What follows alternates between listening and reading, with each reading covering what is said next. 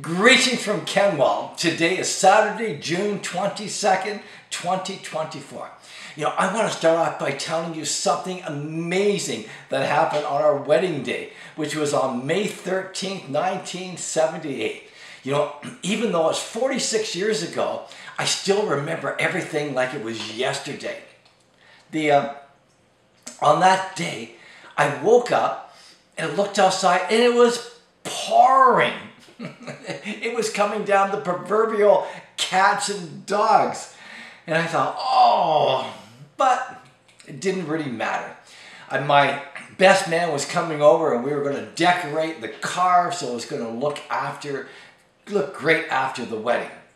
Well, the rain continued to get heavier and heavier. And we realized that this is the type of rain that's going to last all day long. But as I said, the rain didn't matter anything to me since I was getting married to the love of my life. And that is all that mattered to me. Well, meanwhile, Darlene was at her home getting ready for the big day. Darlene, her sister Marianne, and her other sister Bonnie, plus all the other bridesmaids, they were all ready to go. They were going to step out and head off to McMaster Divinity Chapel for our big event. But it was still pouring outside. Now, here is where Darlene's dad, Reverend David Cameron, greatly helped the day. My father-in-law, David Cameron, was the godliest man that I ever met. Every day, my father-in-law, he would get up at 5 a.m. and all the way to 7:30 a.m., he would study his Bible and he would pray. And his life demonstrated what a true Christian should be like. I'd love to put it this way. Reverend Cameron, he had an in with God. Well, here is what happened. God calls Gabriel over and said, Gabriel, see that man down there? Yeah, that's David Cameron. He is a faithful servant of mine, and I am going to do something very special for him on this day. Well, just as Darlene and everyone was about to step outside, the rain stopped. The sun came out, and beams of light shone gloriously down on the front door of Reverend Cameron's home. The sun shined brightly all the way to McMaster Divinity Chapel. And as soon as Darlene, I love this, because this is all true stuff. As soon as Darlene stepped into the building, the sun stopped and it started to rain again. I truly want to thank my father-in-law, David Cameron, for having that in with God. Man, this is exciting stuff. Well, of course, Darlene and I got married by her dad.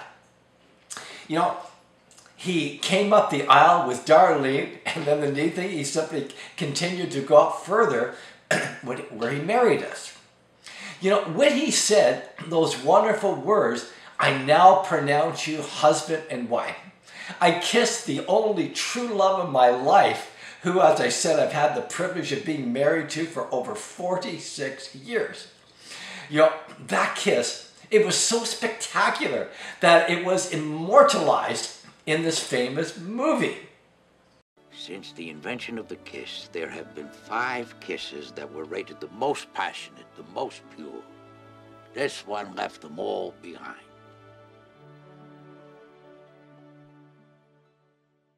And even when I kissed Darlene, it is still that spectacular. As you can see, Darlene was the most beautiful bride of all time. But I am indeed a little bit biased.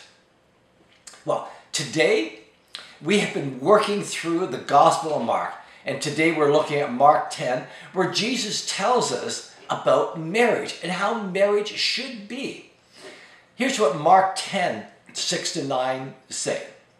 But from the beginning of creation, God made them male and female. For this reason, a man shall leave his father and mother and be joined to his wife. And the two shall become one flesh. So they are no longer two, but one flesh. What therefore God has joined together, let no man put asunder.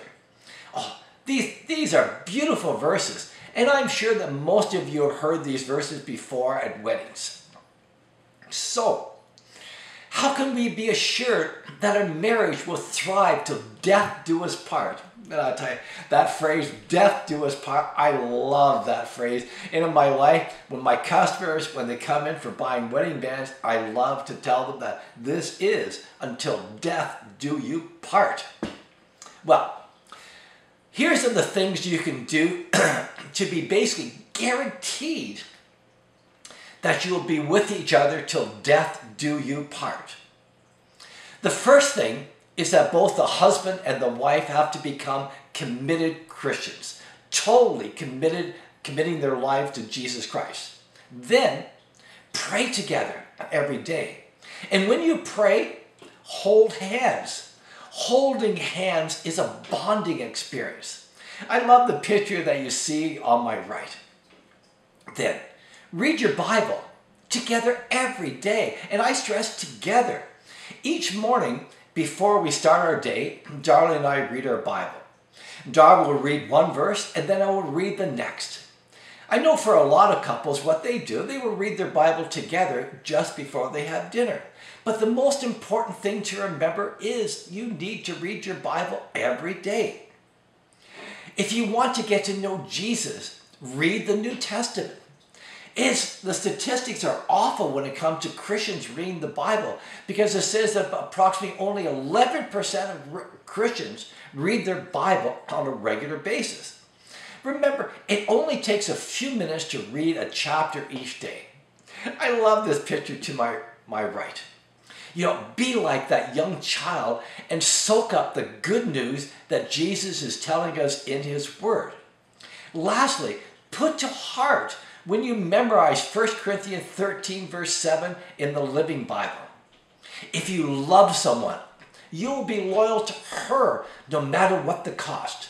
You will always believe in her, always expect the best of her, and always stand your ground in defending her. And of course, for women, replace her with him and keep repeating that verse and apply it to your life.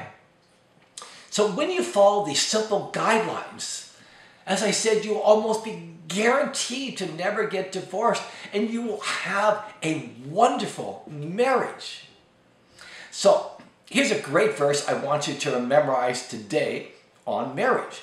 Hebrews 13 verse 4 says, "Let marriage be held in honor among all, and let the marriage bed be undefiled, for God will judge the immoral and adulterous." Hebrews 13 verse 4.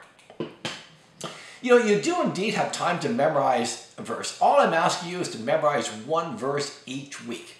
So take some time and do it. And I ask you the question, how much do you want it? I hope you do indeed want it a lot. And as I say in every video, may the good Lord be with you until we meet again.